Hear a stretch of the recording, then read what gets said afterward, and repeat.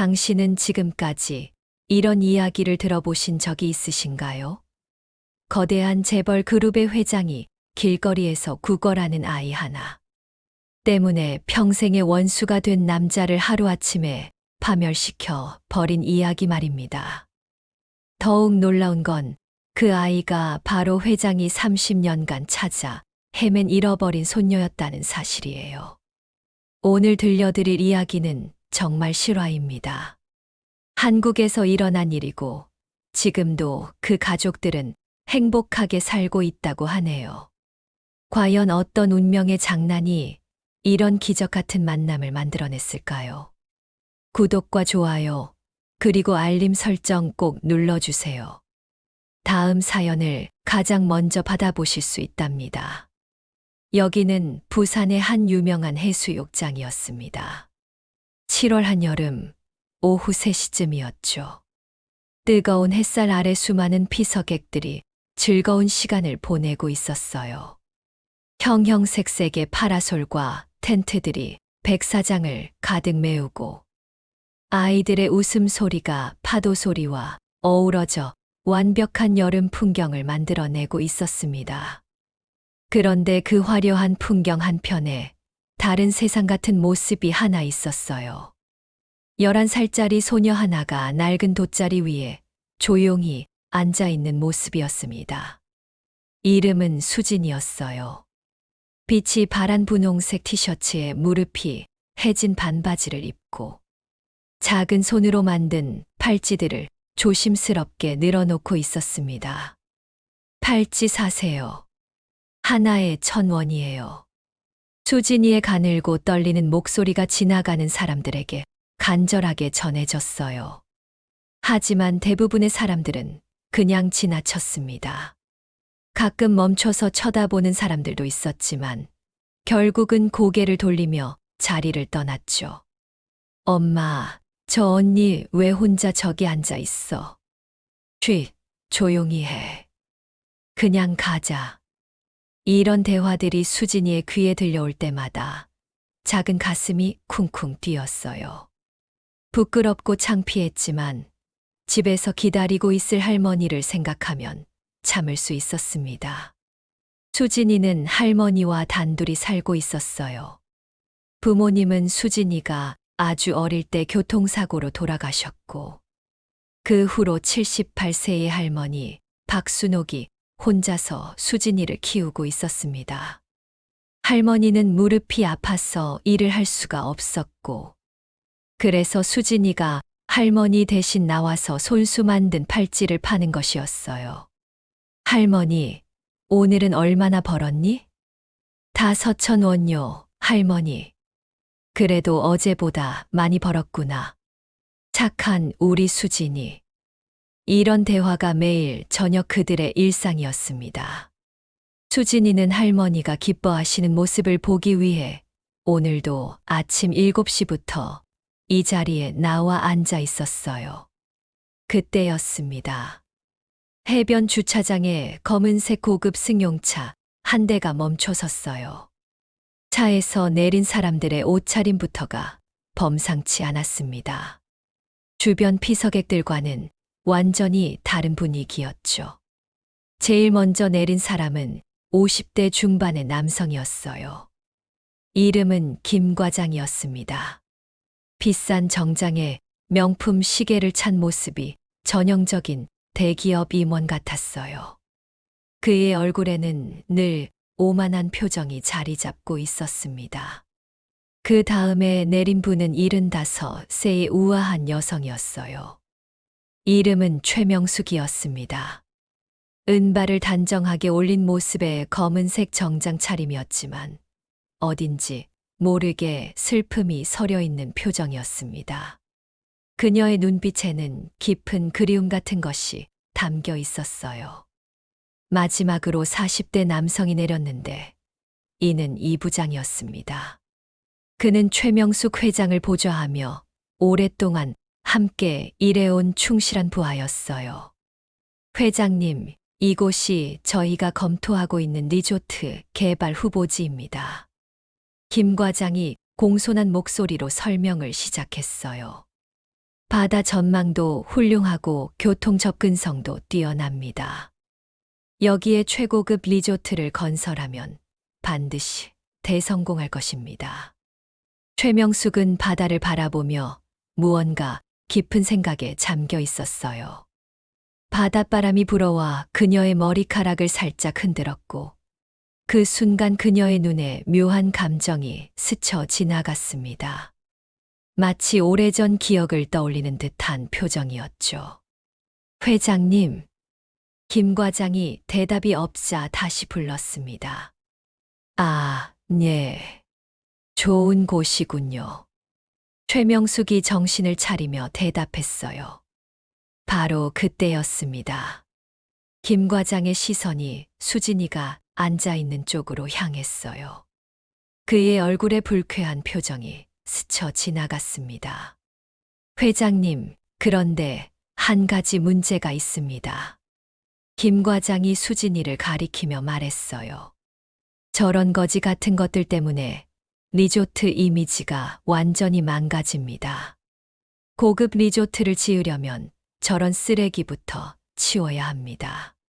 그 말이 수진이가 들을 수 있는 거리에서 나왔고 주변 사람들도 힐끔힐끔 쳐다보기 시작했어요.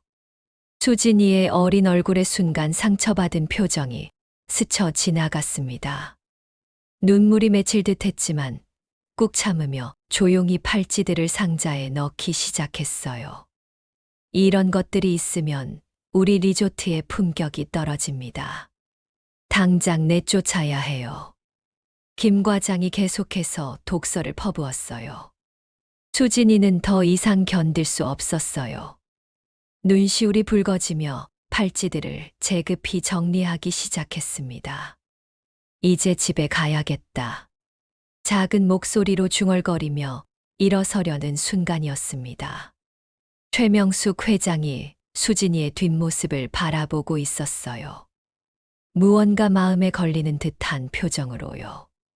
그 아이의 모습에서 왠지 모를 친숙함을 느끼고 있었습니다.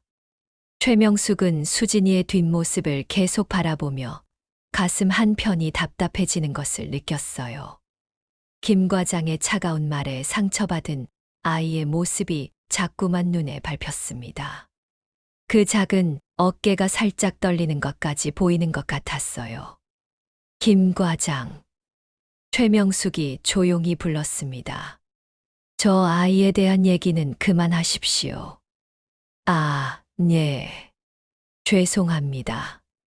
김 과장이 어색하게 웃으며 고개를 숙였어요. 하지만 그의 표정에는 여전히 불쾌감이 남아 있었습니다. 최명숙은 주변 상인들에게 다가가 조심스럽게 물어보기 시작했어요. 저기 팔찌 파는 아이 매일 나오나요? 아, 그 아이요. 해산물을 파는 아주머니가 고개를 끄덕였어요. 매일 아침 7시쯤 나와서 해질 때까지 있어요. 참 기특한 아이죠. 보호자는 어디 계신가요? 최명숙이 다시 물었습니다. 할머니랑 같이 산다고 하더라고요. 할머니가 몸이 불편하셔서 저 아이가 대신 나와서 팔찌를 파는 거래요.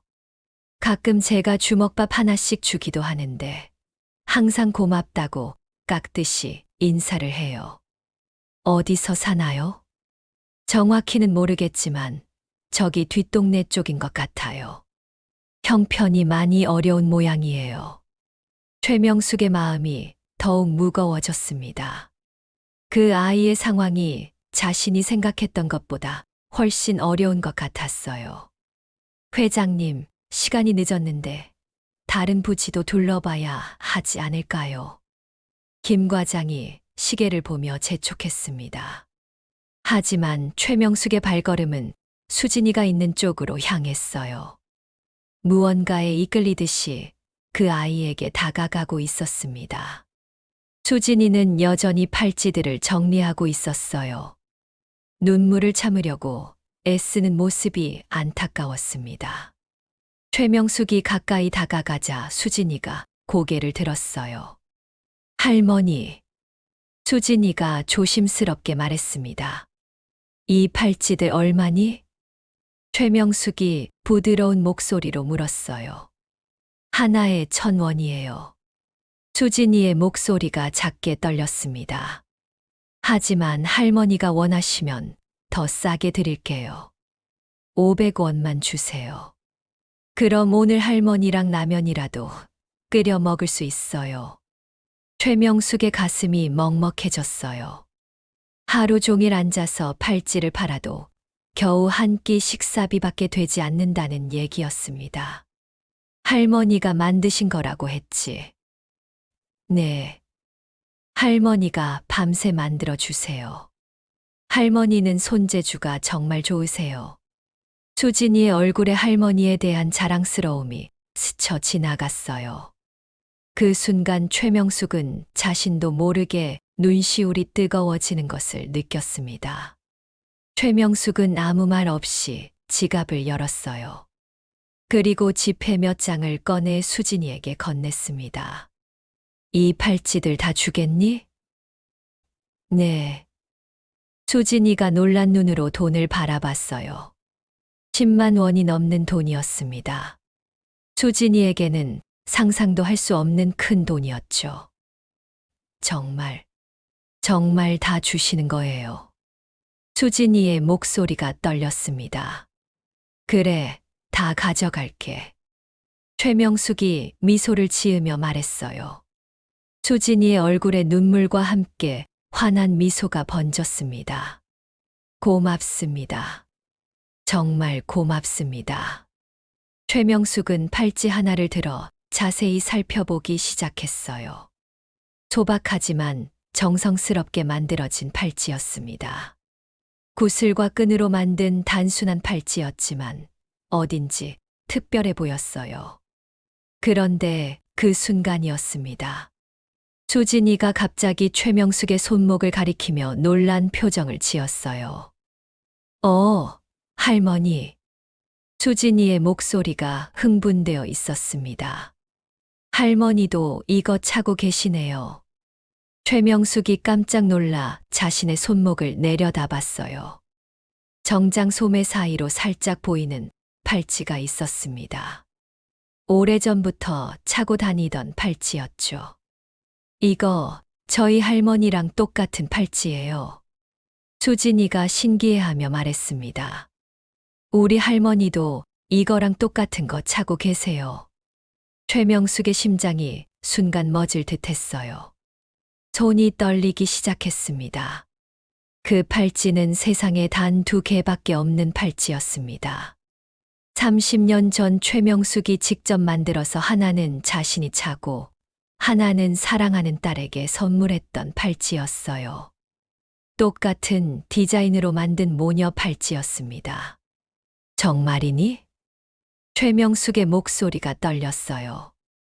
너희 할머니가 정말 이거랑 똑같은 팔찌를 차고 있다고? 네, 진짜 똑같아요. 수진이가 확신에 찬 목소리로 대답했어요. 할머니가 그거 진짜 소중하게 여기세요. 절대 빼지도 않고요. 최명숙의 머릿속이 하얗게 변했어요. 가슴이 두근거리기 시작했습니다. 설마 그럴 리가. 수진아? 최명숙이 간절한 목소리로 불렀습니다. 너희 할머니 지금 어디 계셔? 집에 계세요. 무릎이 아프셔서 못 나오세요. 수진이가 걱정스러운 표정으로 대답했어요. 나도 너희 할머니를 만나볼 수 있을까? 최명숙의 목소리에는 간절함이 배어 있었습니다. 네, 우리 집에 오실 거예요. 수진이가 의외라는 듯 물었어요. 하지만 집이 정말 좁고 낡아요. 부끄러워요. 괜찮아. 전혀 괜찮아. 최명숙이 수진이의 손을 잡으며 말했습니다. 지금 당장 가볼 수 있겠니? 수진이는 잠깐 망설였어요.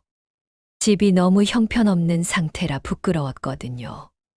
하지만 이 친절한 할머니가 자신의 할머니를 도와줄 수도 있다는 생각이 들었습니다. 네, 따라오세요. 수진이가 작은 목소리로 대답했어요. 최명숙은 이 부장에게 눈짓을 했습니다. 이 부장은 오랫동안 최명숙과 함께 일해온 사람이라 회장의 비정상적인 반응을 눈치챘어요. 회장님, 무슨 일이신지 이 부장이 조심스럽게 물었습니다. 따라와요. 최명숙이 짧게 말했어요. 김 과장은 이해할 수 없다는 표정이었습니다. 회장님, 일정이 있으신데. 일정은 취소해요. 최명숙의 목소리에는 평소와 다른 절박함이 담겨 있었어요. 수진이가 앞장서서 해변을 벗어나기 시작했습니다. 최명숙은 그 작은 뒷모습을 따라가며 가슴이 터질 듯 뛰는 것을 느꼈어요. 수진이가 안내하는 길은 해변에서 점점 멀어져 갔습니다. 화려한 해수욕장을 벗어나 좁은 골목길로 접어들자 주변 풍경이 급격히 달라지기 시작했어요. 깔끔하게 정비된 해변과 상가들 대신 낡고 허름한 건물들이 나타났습니다. 저기에요. 수진이가 작은 손으로 가리킨 곳은 달동네 끝자락에 있는 낡은 연립주택이었어요. 페인트가 벗겨진 외벽의 녹슨 철문, 그리고 기울어진 지붕이 금방이라도 무너질 것 같았습니다.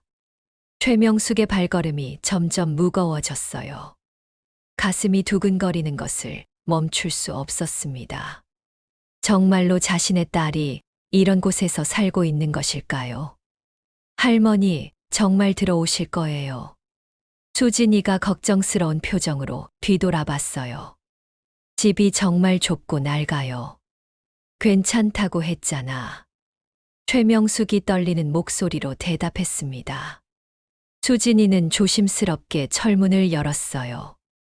삐걱거리는 소리와 함께 문이 열리자 좁은 마당이 보였습니다. 잡초가 무성하게 자라나 있었고 빨래줄에는 낡은 옷가지들이 바람에 흔들리고 있었어요. 할머니, 왔어요. 수진이가 작은 목소리로 불렀습니다. 집안에서 기침 소리가 들려왔어요. 그리고 약하고 힘없는 노인의 목소리가 들렸습니다.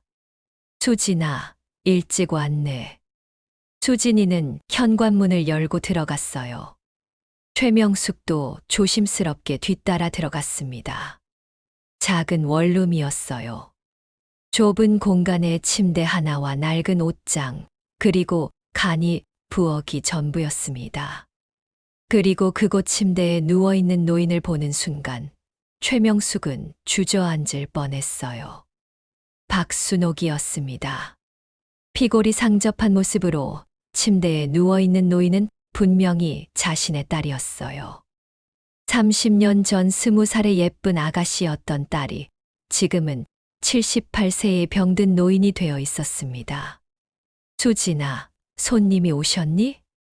수진이가 박순옥에게 말했어요. 박순옥이 힘들게 몸을 일으켜 최명숙을 바라봤습니다. 그 순간 두 사람의 눈이 마주쳤어요. 박순옥의 얼굴에 놀람이 스쳐 지나갔습니다. 뭔가 낯익은 느낌이었거든요. 하지만 확신할 수는 없었어요. 누구세요? 박순옥이 약한 목소리로 물었습니다. 최명숙은 말을 할 수 없었어요. 눈물이 쏟아질 것 같았습니다. 자신의 딸이 이렇게 처참한 모습으로 살고 있다는 현실을 받아들이기 어려웠어요. 그때 수진이가 신나게 말했습니다. 할머니, 이 할머니도 할머니랑 똑같은 팔찌 차고 있어요. 박순옥이 자신의 손목을 내려다봤어요. 낡고 해진 팔찌 하나가 거기에 있었습니다. 어린 시절부터 줄곧 차고 있었던 팔찌였어요. 자신에게 남은 유일한 추억의 물건이었습니다. 이거 말이니? 박순옥이 팔찌를 만지며 물었어요. 최명숙은 자신의 손목에서 팔찌를 조심스럽게 벗었습니다. 그리고 박순옥의 팔찌와 나란히 놓았어요. 똑같았습니다. 완전히 똑같은 디자인의 팔찌 2개였어요. 박순옥의 얼굴이 하얗게 변했습니다. 갑자기 어린 시절의 기억이 떠오르기 시작했어요. 따뜻한 품에서 들었던 자장가, 부드러운 손길, 그리고 이 팔찌를 손목에 채워주던 누군가의 모습. 설마, 박순옥이 떨리는 목소리로 중얼거렸습니다. 최명숙이 한 발 다가갔어요. 그리고 조심스럽게 입을 열었습니다. 순옥아. 그 한마디에 박순옥의 온몸이 떨리기 시작했어요. 그 목소리, 그 억양, 어딘가에서 들어본 것 같았습니다. 순옥아, 엄마야. 최명숙의 목소리에서 눈물이 뚝뚝 떨어졌어요. 박순옥은 믿을 수 없다는 표정으로 최명숙을 바라봤습니다. 머릿속이 혼란스러웠어요. 이 사람이 정말 자신의 엄마라고? 거짓말. 박순옥이 고개를 흔들었습니다. 거짓말이에요. 내 엄마는 날 버렸어요. 아니야, 순옥아. 최명숙이 눈물을 흘리며 다가갔어요. 엄마는 단 한순간도 널 잊은 적이 없어. 평생 찾고 있었어.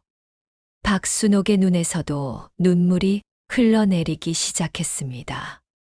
하지만 여전히 믿기 어려웠어요. 그럼 왜 이제야? 박순옥의 목소리가 떨렸습니다. 왜 이제야 오는 거예요? 나 혼자 이렇게 힘들게 살았는데. 최명숙은 더 이상 참을 수 없었어요. 박순옥을 조심스럽게 끌어안았습니다. 마른 몸이 손에 느껴졌어요. 너무나 야위어 있었습니다. 미안해. 정말 미안해, 순옥아. 최명숙이 오열하며 말했어요. 엄마가 못났어. 널 지키지 못해서 미안해. 박순옥도 결국 울음을 터뜨렸습니다. 30년간 쌓인 그리움과 원망, 외로움이 한꺼번에 쏟아져 나왔어요. 엄마, 정말 엄마예요? 박순옥이 떨리는 목소리로 물었습니다. 그래, 엄마야. 순옥이 엄마야. 최명숙이 박순옥의 머리를 쓰다듬으며 말했어요. 수진이는 무슨 일인지 정확히 이해할 수는 없었지만 할머니와 이 할머니가 우는 모습을 보며 어리둥절해하고 있었어요. 하지만 왠지 모르게 가슴이 따뜻해지는 것을 느꼈습니다. 이 부장은 문 밖에서 이 광경을 지켜보며 깊은 감동을 받고 있었어요. 최명숙 회장이 30년간 찾아던 딸을 드디어 만난 것이었습니다. 엄마, 나 정말 많이 힘들었어요. 박순옥이 어린아이처럼 울며 말했어요. 정말 힘들었어요. 혼자서 너무 힘들었어요. 이제 괜찮아. 최명숙이 박순옥을 더욱 꼭 안으며 말했어요. 엄마가 있어. 이제 엄마가 다 책임질게. 김 과장은 이 상황을 이해할 수 없었어요. 회장이 갑자기 이상하게 행동하는 이유를 몰랐거든요. 하지만 분위기상 함부로 끼어들 수는 없었습니다. 할머니. 수진이가 조심스럽게 최명숙을 불렀어요. 할머니가 정말 우리 할머니의 엄마예요. 최명숙이 수진이를 바라봤습니다. 자신의 외손녀를 처음 보는 순간이었어요. 수진이의 얼굴에서 어린 시절 박순옥의 모습이 보였습니다. 그래, 수진아. 최명숙이 미소를 지으며 말했어요. 할머니가 너의 진짜 외할머니야. 수진이의 얼굴에 환한 미소가 번졌습니다. 처음으로 외할머니가 생긴 것이었어요. 하지만 박순옥의 상태는 심각했습니다. 계속 기침을 하고 있었고 얼굴이 창백했어요. 당장 치료를 받아야 할 상황이었습니다. 준호가 병원에 가야겠어. 최명숙이 걱정스러운 목소리로 말했어요. 병원비가 없어요. 박순옥이 작은 목소리로 대답했습니다. 그런 걱정은 하지 마. 최명숙이 단호하게 말했어요. 엄마가 다 해결할게. 최명숙은 박순옥의 상태를 보며 더 이상 지체할 수 없다고 판단했습니다. 딸의 얼굴은 창백했고 계속되는 기침 소리가 심상치 않았어요. 30년 만에 만난 딸을 다시 잃을 수는 없었습니다. 이 부장. 최명숙이 급하게 불렀어요. 네, 회장님. 이 부장이 재빨리 달려왔습니다. 당장 최고의 병원으로 차를 준비해요. 응급실로 바로 갈 수 있도록.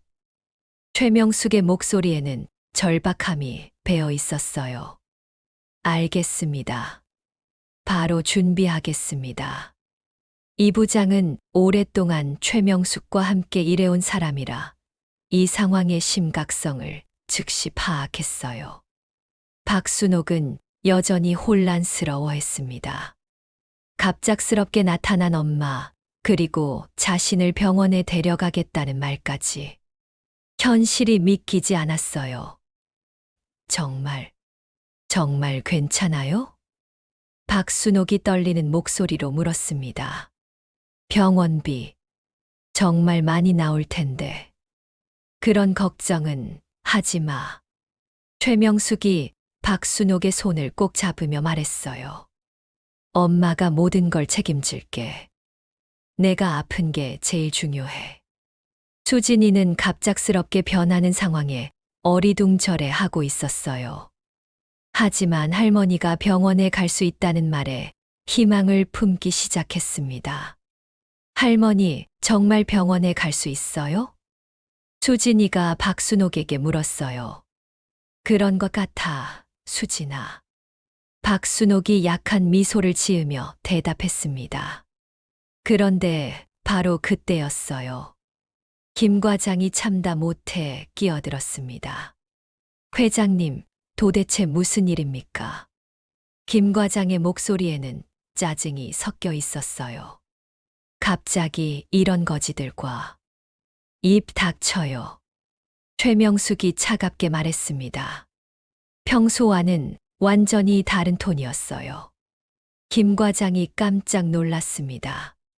최명숙 회장이 이렇게 화를 내는 모습을 본 적이 거의 없었거든요. 회장님, 이분들은 거지가 아니에요. 최명숙의 목소리가 점점 더 차가워졌어요. 이분은 내 딸이고 저 아이는 내 외손녀예요. 김 과장의 얼굴이 하얗게 변했습니다. 자신이 방금 전까지 거지라고 부르며 모욕했던 사람들이 회장의 가족이라는 말이었어요. 그게 무슨... 김 과장이 말을 더듬었습니다. 특히 당신이 쓰레기라고 했던 그 아이는 내 소중한 외손녀예요. 최명숙의 눈빛이 얼음처럼 차가워졌어요. 내 외손녀를 쓰레기라고 했으니 이제 당신이 진짜 쓰레기가 되는 거죠. 회장님, 제가 몰랐습니다. 사과드립니다. 김 과장이 급하게 머리를 숙였어요. 사과로 될 일이 아니에요. 최명숙이 단호하게 말했습니다. 계약은 없던 걸로 하죠. 그리고 당신은 오늘부로 해고입니다. 김 과장의 얼굴이 완전히 새파랗게 변했어요. 순간의 실언이 자신의 모든 것을 잃게 만든 것이었습니다. 회장님, 제발 한 번만 용서해 주세요. 저희 회사의 마지막 희망입니다. 김 과장이 무릎을 꿇을 듯한 자세로 애원했어요. 하지만 최명숙은 더 이상 그를 보지도 않았습니다. 대신 박순옥을 일으켜 세우는 일에만 집중했어요. 준호가 일어날 수 있겠어? 네, 해볼게요. 박순옥이 힘들게 일어서려 했지만 몸이 너무 약해서 비틀거렸어요. 최명숙이 재빨리 딸을 부축했습니다. 천천히 해. 수진이도 할머니의 반대편에서 박순옥을 도왔어요. 가족 3명이 서로를 의지하며 집 밖으로 나가는 모습이었습니다. 이 부장이 이미 고급 승용차를 집 앞까지 가져와 놓았어요. 검은색 벤츠의 뒷좌석 문이 열려 있었습니다. 조심스럽게 태워드려요. 이 부장이 박순옥을 부축하며 말했어요.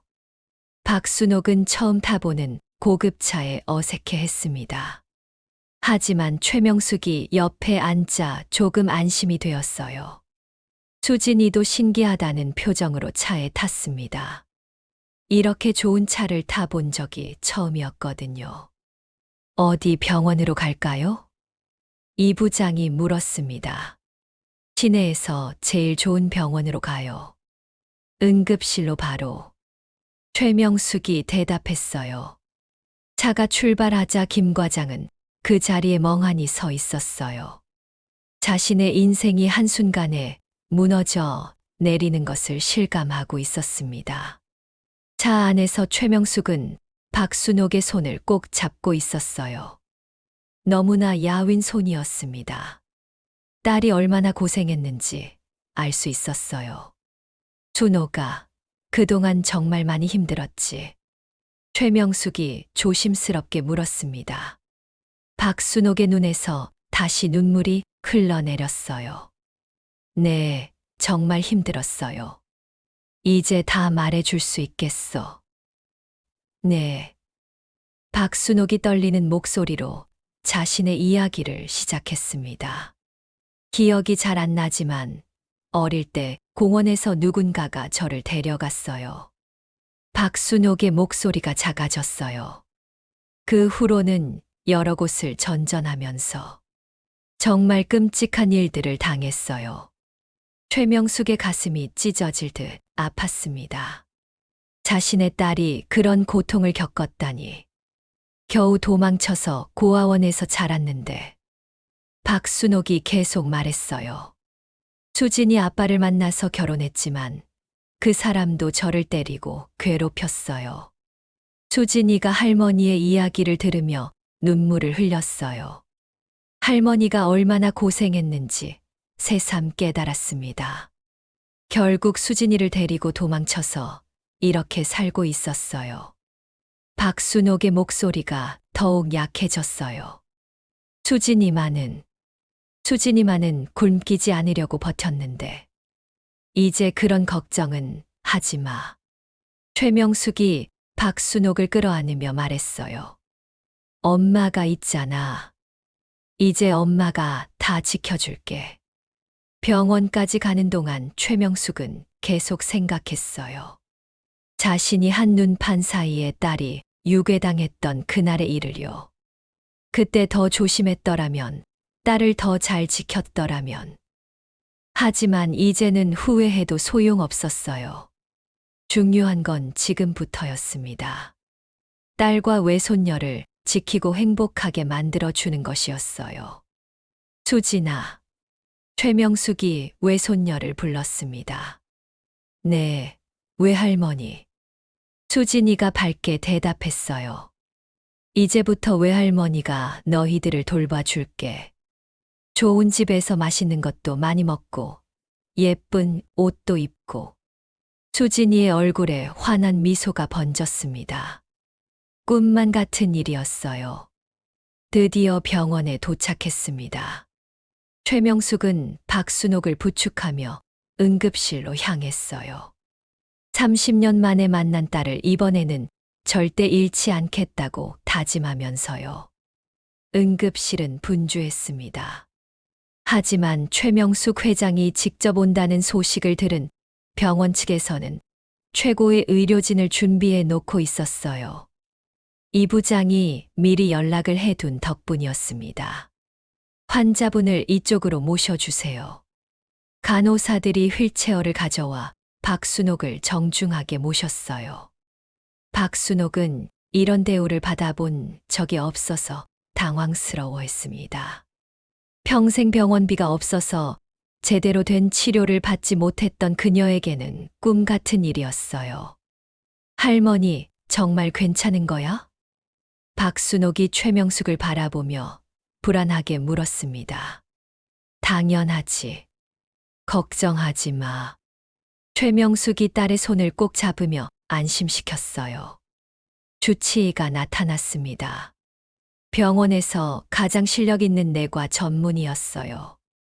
환자분의 상태를 먼저 확인해 보겠습니다. 의사가 박순옥을 진찰하기 시작했어요. 검사 결과는 심각했습니다. 심각한 영양실조와 폐렴, 그리고 여러 합병증이 동반된 상태였어요. 당장 입원해서 집중 치료를 받아야 할 상황이었습니다. 가족분과 잠시 상담을 해야겠습니다. 의사가 최명숙을 따로 불러냈어요. 환자분의 상태가 상당히 좋지 않습니다. 의사가 심각한 표정으로 말했어요. 영양실조가 심해서 면역력이 극도로 약해진 상태고 폐렴도 꽤 진행되었습니다. 빨리 치료를 시작하지 않으면 돈은 걱정하지 마세요. 최명숙이 단호하게 말했습니다. 최고의 치료를 해주세요. 비용은 제가 다 부담할 테니까. 알겠습니다. 그럼 바로 입원 수속을 밟겠습니다. 최명숙은 박순옥이 있는 곳으로 돌아갔어요. 딸은 여전히 불안해하고 있었고 수진이는 할머니 옆에서 작은 손을 꼭 잡고 있었습니다. 준호가 입원해야 한대. 최명숙이 부드럽게 말했어요. 입원이요? 박순옥이 놀란 표정을 지었습니다. 그럼 입원비가. 그런 걱정은 하지 마. 최명숙이 딸을 진정시켰어요. 엄마가 다 해결할게. 수진이가 걱정스러운 표정으로 말했어요. 할머니, 많이 아픈 거야? 아니야, 수진아. 박순옥이 미소를 지으며 외손녀를 안심시켰어요. 외할머니가 도와주셔서 이제 나을 수 있을 거야. 최명숙은 수진이를 바라보며 생각했습니다. 이 아이도 제대로 돌봐줘야 했어요. 할머니가 입원하는 동안 혼자 둘 수는 없었습니다. 수진아, 할머니가 병원에 있는 동안 외할머니 집에서 지낼래? 최명숙이 제안했어요. 수진이의 눈이 반짝였습니다. 하지만 곧 걱정스러운 표정이 되었어요. 할머니 없이 혼자요? 외할머니가 있잖아. 최명숙이 수진이를 따뜻하게 안으며 말했어요. 그리고 매일 할머니 보러 올 수 있어. 박순옥도 수진이에게 말했어요. 수진아, 외할머니가 너를 잘 돌봐주실 거야. 할머니는 빨리 나아서 돌아갈게. 수진이는 잠시 망설이다가 고개를 끄덕였어요. 네, 알겠어요. 입원 수속이 완료되었습니다. 박순옥은 1인실로 배정되었어요. 깔끔하고 조용한 병실이었습니다. 와. 수진이가 병실을 보며 감탄했어요. 할머니, 여기서 지내는 거야? 그런 것 같아. 박순옥도 신기하다는 표정이었어요. 평생 이런 좋은 병실에 있어 본 적이 없었거든요. 간호사들이 들어와서 박순옥을 침대로 옮겨드렸어요. 그리고 링거를 달기 시작했습니다. 이제 푹 쉬세요. 간호사가 친절하게 말했어요. 최명숙은 박순옥의 침대 옆에 앉았습니다. 30년 만에 딸과 함께하는 시간이었어요. 준호가 이제 정말 괜찮을 거야. 최명숙이 딸의 손을 잡으며 말했어요. 엄마. 박순옥의 눈에서 눈물이 흘러내렸어요. 정말 꿈 같아요. 이렇게 엄마를 만나다니. 나도 그래. 최명숙도 울먹였어요. 얼마나 보고 싶었는지 몰라. 수진이는 병실 창가에 서서 밖을 내다보고 있었어요. 병원에서 보이는 도시의 모습이 신기했습니다. 수진아, 이리 와. 최명숙이 외손녀를 불렀어요. 수진이가 가까이 오자 최명숙이 그녀를 안으며 말했어요. 외할머니가 수진이한테 약속할게. 이제부터는 배고프지도 않고 슬프지도 않게 해줄게. 정말이에요? 수진이가 반짝이는 눈으로 물었어요. 정말이야. 그때 이 부장이 병실로 들어왔습니다. 손에는 여러 가지 과일과 음식이 들려 있었어요. 회장님, 필요한 것들을 가져왔습니다. 고마워요, 이 부장. 최명숙이 고마워하며 말했어요. 이 부장은 오랫동안 최명숙과 함께 일해온 사람이라 이 상황이 얼마나 특별한지 잘 알고 있었어요. 회장이 평생 찾아 헤맸던 딸을 드디어 만난 것이었습니다. 혹시 다른 필요한 것이 있으시면 언제든 연락해 주세요. 이 부장이 말했어요. 네, 알겠습니다. 최명숙은 박순옥이 잠들 때까지 옆에 있었어요. 링거를 맞으며 편안해 보이는 딸의 모습을 보니 마음이 조금 놓였습니다. 할머니, 좀 나아 보여. 수진이가 작은 목소리로 말했어요. 그래, 이제 빨리 나으실 거야. 최명숙이 외손녀를 쓰다듬으며 말했어요. 밤이 깊어 가고 있었습니다. 최명숙은 수진이를 데리고 자신의 집으로 가기로 했어요. 준호가 엄마는 수진이 데리고 집에 갔다가 내일 아침에 올게. 최명숙이 잠든 딸에게 속삭였어요. 박순옥이 눈을 살짝 뜨며 대답했습니다. 네, 수진이 잘 부탁드려요. 당연하지. 최명숙과 수진이는 병원을 나섰습니다. 차 안에서 수진이는 창밖을 신기하게 바라보고 있었어요. 외할머니, 집은 어떨까요? 수진이가 궁금하다는 표정으로 물었어요. 가서 보면 알 거야. 최명숙이 미소를 지으며 말했어요. 드디어 최명숙의 집에 도착했습니다. 고급 주택가에 있는 커다란 저택이었어요. 수진이는 집의 크기에 깜짝 놀랐습니다. 와, 정말 커요. 이제 수진이 집이기도 해. 최명숙이 말했어요. 집 안으로 들어가니 가정부가 나와 맞이했습니다. 회장님, 돌아오셨군요. 네, 이 아이는 내 외손녀 수진이에요. 최명숙이 소개했어요. 가정부는 놀란 표정을 지었지만 곧 따뜻한 미소로 수진이를 맞아주었어요. 안녕하세요, 수진 양. 수진이는 어색해하며 인사했습니다. 안녕하세요. 최명숙은 수진이를 위한 방을 준비해 달라고 했어요. 그리고 새 옷과 필요한 것들도 준비하라고 지시했습니다. 수진아, 목욕하고 새 옷을 입자.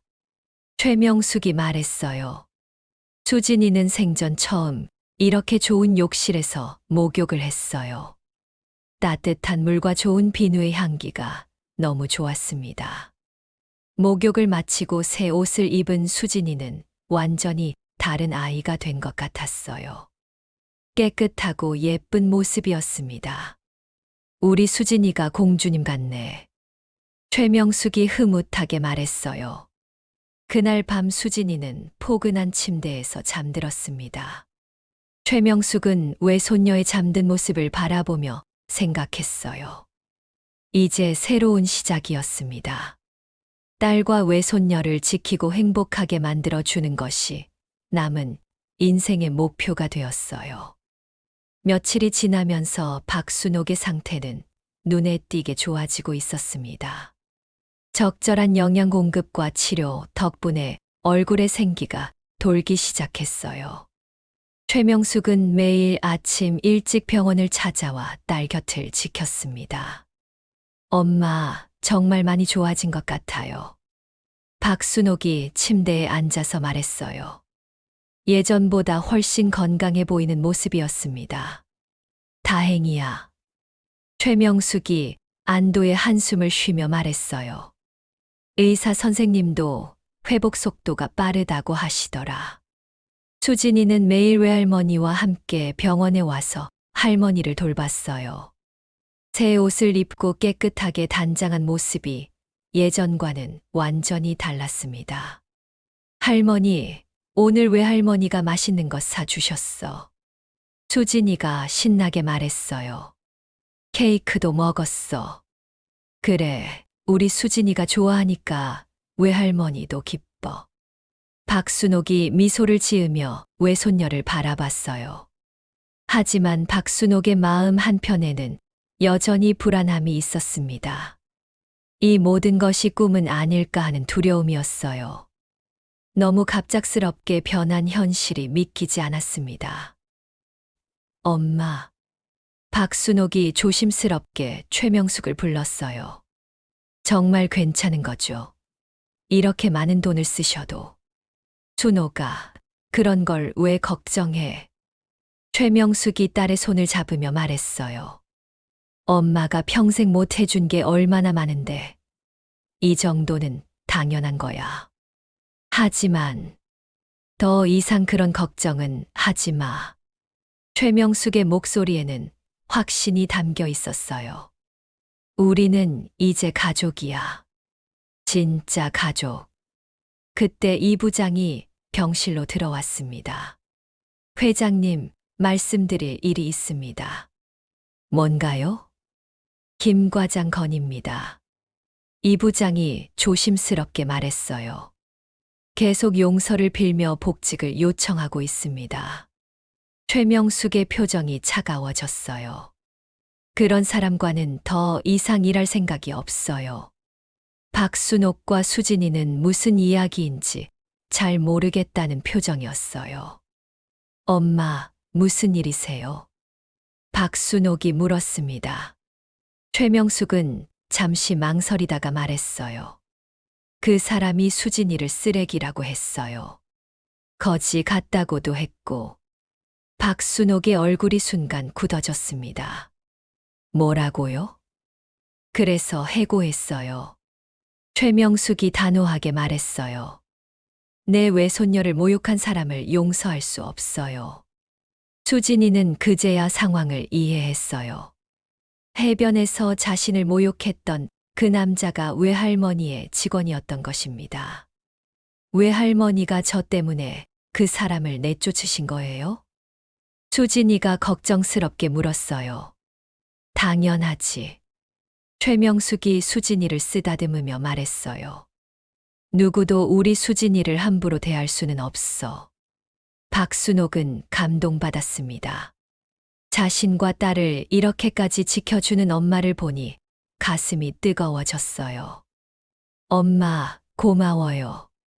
박순옥이 눈물을 글썽이며 말했어요. 고맙긴 당연한 일을 했을 뿐이야. 의사가 병실로 들어왔습니다. 환자분 상태를 확인해 보겠습니다. 검진 결과는 매우 좋았어요. 많이 좋아지셨네요. 이 속도라면 곧 퇴원하셔도 될 것 같습니다. 정말요? 박순옥이 기뻐하며 물었어요. 네, 다음 주 정도면 퇴원 가능할 것 같습니다. 최명숙도 안도의 표정을 지었어요. 딸이 건강을 회복하고 있다는 것이 가장 큰 기쁨이었습니다. 퇴원하면 어디서 살까? 최명숙이 박순옥에게 물었어요. 글쎄요. 원래 살던 곳으로 돌아가야죠. 박순옥이 대답했습니다. 안 돼. 최명숙이 단호하게 말했어요. 그런 곳에서 살면 안 돼. 우리 집으로 와. 엄마 집으로요? 박순옥이 놀란 표정을 지었어요. 당연하지. 이제 우리는 함께 살아야 해. 박순옥은 잠시 망설였습니다.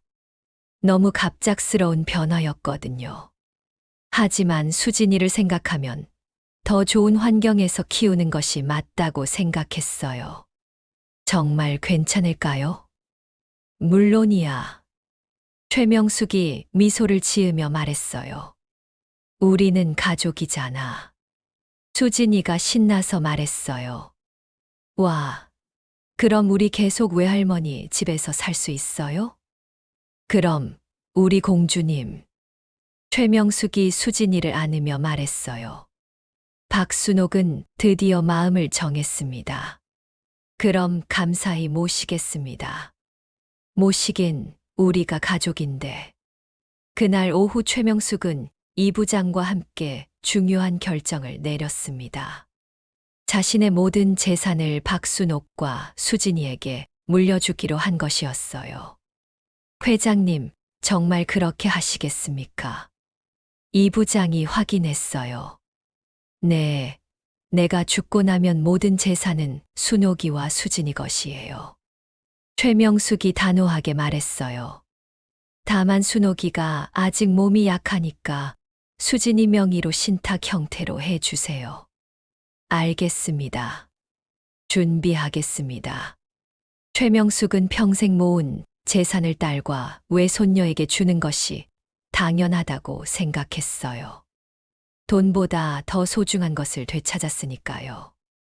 저녁 시간이 되자 박순옥은 많이 피곤해 보였습니다. 아직 완전히 회복되지 않았거든요. 순옥아, 푹 쉬어. 최명숙이 딸에게 말했어요. 네, 엄마. 수진아, 우리 집에 가자. 최명숙이 외손녀에게 말했어요. 수진이는 할머니에게 뽀뽀를 해주고 외할머니와 함께 나갔습니다. 차 안에서 수진이가 물었어요. 외할머니, 우리 정말 계속 함께 살 수 있어요? 물론이야. 최명숙이 확신에 찬 목소리로 대답했어요. 외할머니가 수진이를 절대 떠나지 않을 거야. 할머니도요? 할머니도. 우리는 이제 진짜 가족이야. 수진이의 얼굴에 환한 미소가 번졌습니다. 평생 꿈꿔왔던 행복한 가족을 드디어 갖게 된 것이었어요. 집에 도착해서 수진이는 자신의 방으로 갔습니다. 예쁘게 꾸며진 방에서 책을 읽으며 하루를 마무리했어요. 최명숙은 서재에 앉아서 생각에 잠겼습니다. 30년간 잃어버렸던 딸을 되찾았고 사랑스러운 외손녀도 만났습니다. 이제 남은 인생은 이 소중한 가족들과 함께 보내는 것이었어요. 창밖으로 보이는 밤하늘이 유난히 아름다워 보였습니다. 별들이 반짝이며 새로운 희망을 속삭이는 것 같았어요. 일주일 후 박순옥의 퇴원 날이 되었습니다. 의사의 진단에 따르면 건강 상태가 크게 호전되어 일상생활이 가능한 수준까지 회복되었다고 했어요. 최명숙은 아침 일찍부터 병원에 와서 딸의 퇴원을 도왔습니다. 정말 나가는 거구나. 박순옥이 병실을 둘러보며 감회에 젖어 말했어요. 여기서 새 인생을 시작한 것 같아. 맞아. 최명숙이 딸의 짐을 정리하며 말했습니다. 이제 진짜 새로운 시작이야. 수진이는 신이 나서 병실 안을 뛰어다니고 있었어요. 할머니, 이제 외할머니 집에서 같이 살 수 있어요. 그래, 우리 수진아. 박순옥이 외손녀를 안으며 미소를 지었어요. 이 부장이 휠체어를 가져왔습니다. 회장님, 준비 완료되었습니다. 고마워요. 최명숙이 고개를 끄덕였어요.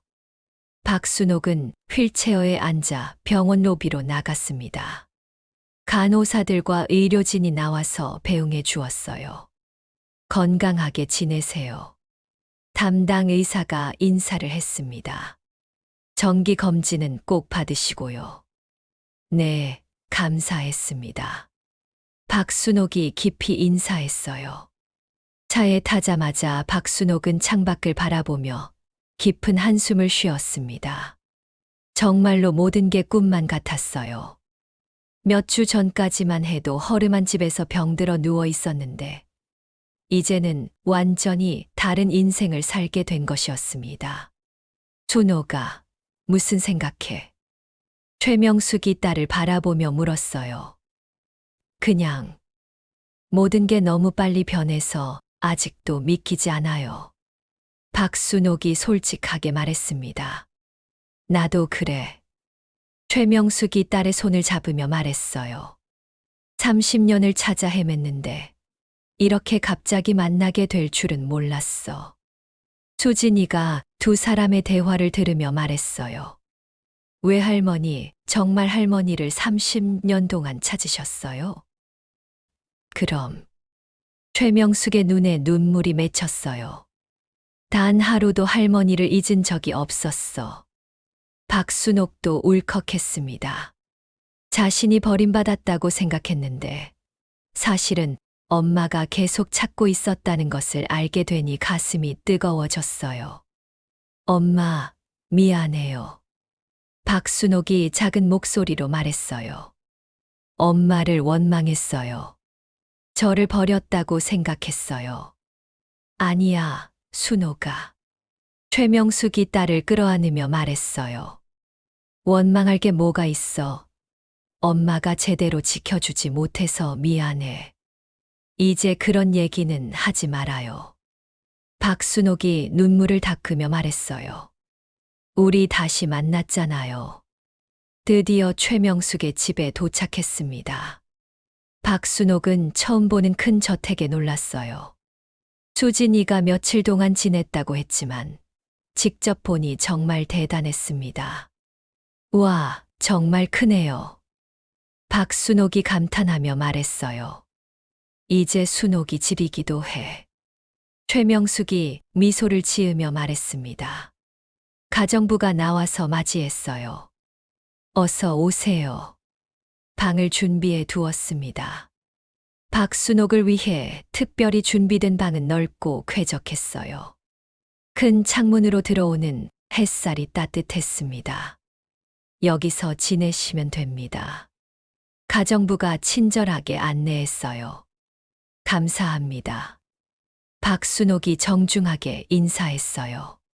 수진이는 할머니를 자신의 방으로 안내했습니다. 할머니, 내 방 봐요. 정말 예쁘지? 우와, 우리 수진이가 공주님 방에서 지내고 있었구나. 박순옥이 외손녀의 방을 보며 흐뭇해했어요. 할머니 방도 바로 옆이야. 수진이가 신나게 말했어요. 저녁 시간이 되었습니다. 가정부가 푸짐한 식사를 준비해 주었어요. 박순옥과 수진이에게는 꿈 같은 식탁이었습니다. 이렇게 좋은 음식을 매일 드시는 거예요. 박순옥이 놀라며 물었어요. 앞으로는 순옥이도 매일 이런 음식을 먹는 거야. 최명숙이 대답했습니다. 너무 과분해요. 과분하긴 엄마가 평생 못 해준 게 얼마나 많은데. 식사를 하면서 최명숙은 중요한 이야기를 꺼냈습니다. 준호가 엄마가 결정한 게 있어. 네. 내 모든 재산을 순옥이와 수진이에게 물려주기로 했어. 최명숙이 진지하게 말했어요. 박순옥이 깜짝 놀랐습니다. 네, 그게 무슨. 수진이 명의로 신탁을 만들었어. 준옥이가 관리하고. 최명숙이 계속 설명했어요. 회사 지분, 부동산, 모든 것을 말이야. 엄마, 그럴 수는 없어요. 박순옥이 황급히 말했어요. 너무 큰일이에요. 왜 큰일이야? 최명숙이 웃으며 말했어요. 내 딸과 외손녀에게 주는 건데. 수진이는 무슨 얘기인지 정확히 이해하지 못했지만 뭔가 중요한 일이라는 것은 알 수 있었어요. 외할머니, 그게 뭐예요? 수진이가 궁금하다는 표정으로 물었어요. 외할머니가 가진 모든 것을 수진이에게 주겠다는 뜻이야. 최명숙이 외손녀에게 설명했어요. 정말이요. 수진이의 눈이 동그랗게 변했어요. 그럼 우리 수진이가 이제 진짜 공주님이 되는 거야? 박순옥은 여전히 당황스러워 했습니다. 하지만 최명숙의 의지가 확고하다는 것을 알 수 있었어요. 엄마, 준호가, 이건 엄마 마음이야. 최명숙이 단호하게 말했어요. 평생 못 해준 것에 비하면 이것도 부족해. 그날 밤 박순옥은 자신의 방에서 잠들기 전까지 많은 생각을 했습니다.